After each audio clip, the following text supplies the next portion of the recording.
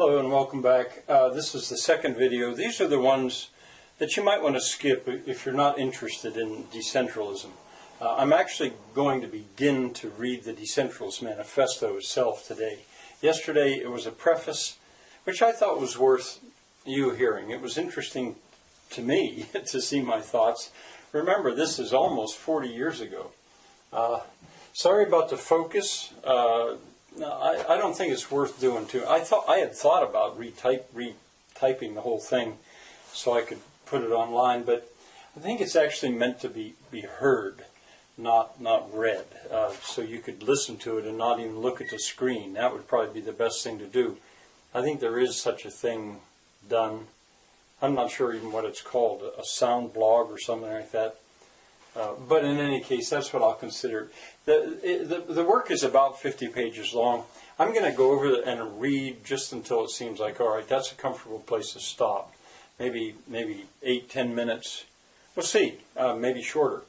Okay, so there'll be a second shot. I'm going right over there. It'll be like yesterday. Bye for now. Working introduction, or later named Decentralist Manifesto. There are many perspectives from which the history of man can be viewed. From the perspective of the economists, human history appears linked by significant changes in what man produces and how he exchanges it. From the perspective of a political scientist, human history appears to have been guided by changes in the foci of domination. From the perspective of the student of philosophy, human history can be clearly seen as the development of man's conception of the world. These are perspectives commonly used and with which we are all familiar, since they are basic to our educational system. But there are others, many others, some quite uncommonly used. From each perspective, human history appears a little differently.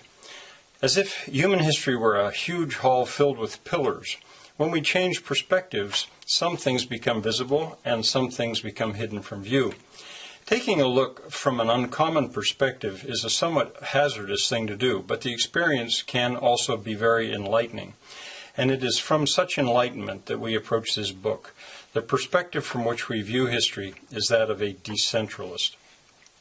In the decentralist eyes, recent human history, the last few thousand years, has been a rather sad story of accelerating centralization, which has proceeded not linearly but geometrically, like population growth, and is now carrying us along at incredible speed. From this perspective, as from others, economic, political, and philosophical changes are visible, but what appears common to them all is an accumulating centralization.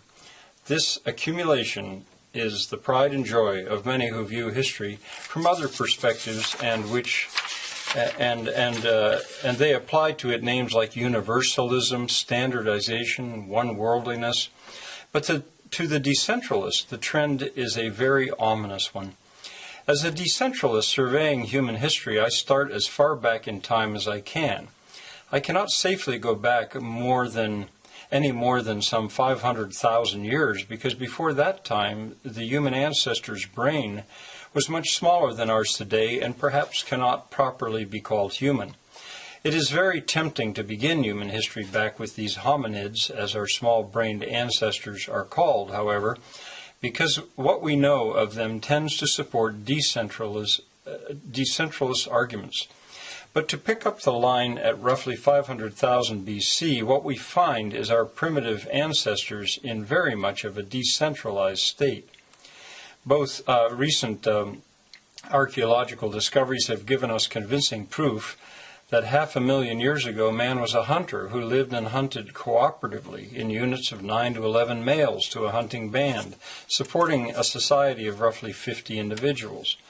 These numbers are not arbitrary. A band of fewer members could not have performed the unbelievable feats demanded by human hunting in that time of hand weapons, and yet a larger number would have needed a hunting ground larger than one, the radius of which was how far the hunters could transport their daily kill.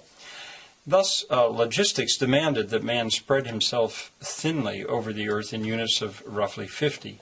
And this has been true for 99% of human history.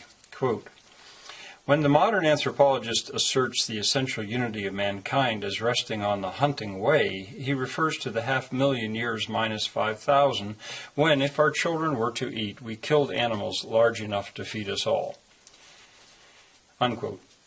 Now, I've got a footnote 1, that's probably Ardrey.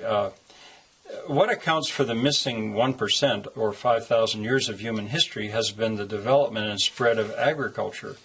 Evolutionarily speaking, agriculture has been very successful to date for the human species, but it has been a cultural and technological change.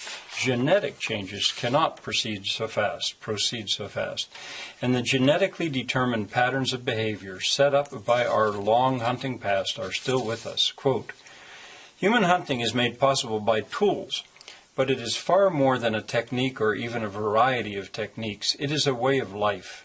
And the success of the hunting adaptation in its total social, technical, and psychological dimensions dominated the course of human evolution for hundreds of thousands of years. In a very real sense, our intellect, interests, and emotions, and basic social life are evolutionary products of the success of the hunting adaptation." Unquote. 2. Our hunting past manifests itself in many unexpected ways in our current social behavior, but as decentralists, what interests us most is the strong evidence it provides suggesting that it is human nature to live in groups of roughly 50, men, women, and children, and possibly for men to work in groups of roughly 9 to 11. If man were an insect, this evidence would be final. But obviously much of man's behavior is not accounted for by a genetic program. Much of his, quote, intellect, interests, and emotions, unquote, is learned. Man, the hunter, has recently learned to farm, and along with it he has quickly learned to live in groups of varying sizes. In fact, man's sociability has proven itself to be incredibly elastic. During the past 5,000 years, he has lived in units as small as a singular nuclear family, though it is very rare. And he has lived in unbelievably large social and economic units like New York City, as if he were an ant, though that has been even more rare. In any case, there can be little doubt that man can be taught to live under many different kinds of social and economic conditions, if it can be made attractive enough to him. Likewise, there can be little doubt that man has been attractive to larger social units. True, our accustomed perspectives of human history sometimes deceive us about the speed and willingness with which men have amassed themselves, and just as we need to keep in mind the absolute time scale which shows how small a portion of human history has been lived in a centralized state, we need also to keep in mind a demographic scale which shows us that even in the year 1973, by far the largest part of the world's population is peasants. Nonetheless, being careful to keep things in proper perspective, we still see that centralization has been an inexorable human experiment, and the wave that is carrying us now is not the first. That's a good place to stop. The phone's ringing. I'll pick it up tomorrow.